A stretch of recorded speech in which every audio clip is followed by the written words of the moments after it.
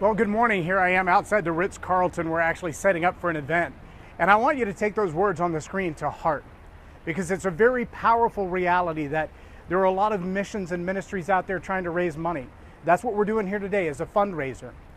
The difference between the fundraiser we're doing this morning and so many other fundraisers that I see, even ones that I've been a part of, is a really simple fact. If you want people to get behind what you're doing, you've got to show results, which means you've identified a problem, you've identified a solution, and you are the best capable, most powerful, presently available person, team, or ministry to bring that solution and that problem together, to bring a solution to the problem, to meet the need of the people who are broken, who are hurting, who are doing without. Today, we're supporting Operation Care. And I've been working with Operation Care International for about 4.5, 5 years now, as a volunteer, sometimes as an MC, sometimes as a speechwriter, sometimes providing audio-visual support, and sometimes doing all of the above in the same event. But as God has called us to work together with Operation Care, one of the things that I see is proven results, fruit, every single time. Every year, Operation Care feeds about 20,000 people, homeless and impoverished people, right here in the Dallas-Fort Worth area. And the power of that is that you can look back over any given year over the last 14 and see marked progress, marked growth of lives impacted, souls saved, people who've come to know Christ who didn't have a relationship with Him before. And all of these changes are taking place because the board, the leadership team, the volunteers, the supporters have one vision, to support the impoverished and the homeless of Dallas. Every year, the Christmas gift is a birthday party for Jesus, and they feed the homeless. If you're in a ministry, if you're leading a nonprofit and you're trying to raise funds, or you're just trying to build a new project on your own, maybe you've heard the old phrase, if you want to hear God laugh, just tell Him what your plan is. So many times people have a brilliant plan all of their own. They've thought it through, they've written out the business plan, they've gotten the advice of many counselors, but they haven't bothered to ask God yet. And without God's passion, without God's oracle message in you, without doing that thing that God called you alone to do, that no one else is capable of, no one else is qualified for, no one else is available for now, God won't just get behind any random plan. He has His own.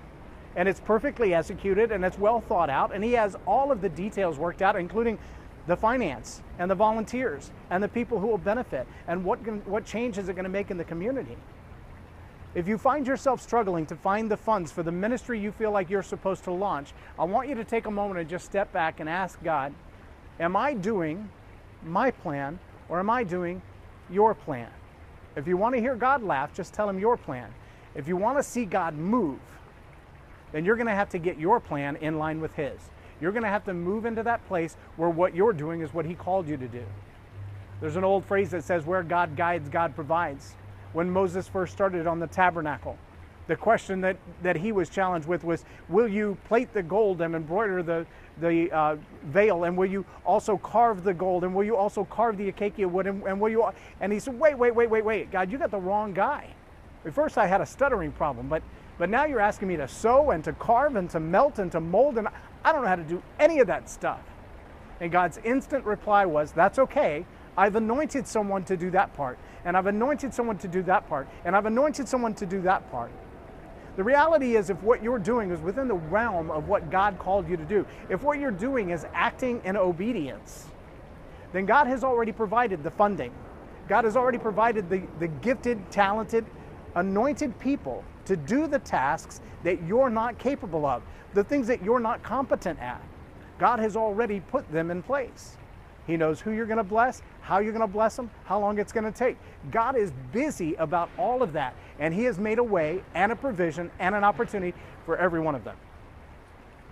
So my challenge for you today is, as we get ready to go in and launch this event, sorry the video is a little late, sorry it's really short, but I think the message is very poignant. I want to challenge you to ask that question. Are we lacking in funding? Are we lacking in team members? Are we lacking in fruit? Can we look back on what we've done over the last 2 months, 2 years, 2 decades, and say we've done what we were set out to do? We've accomplished what God put in our hands and said, you do that. And if that's the case, then you probably have all the funding you need, you have all of the staff members you need, you have all of the volunteers that you need, and you have evidence of the fruit that's been born from the work of your hands, from the labor that you put in. And if you look back and go, you know, here we are at the end of 2016, and our ministry, our nonprofit is broke. And we don't have enough volunteers to get the work done. And we're not accomplishing what we feel like we've been told to do. If that's the case, then I want you to back up for a moment and say, where did we start doing our plan and not God's?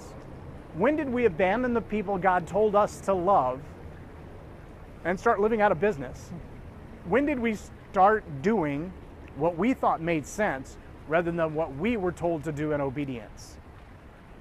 I appreciate you being here with me. My name is J Loren Norris from the Ritz-Carlton in Dallas, and you've been watching Tell It Like It Is TV. Have a blessed day.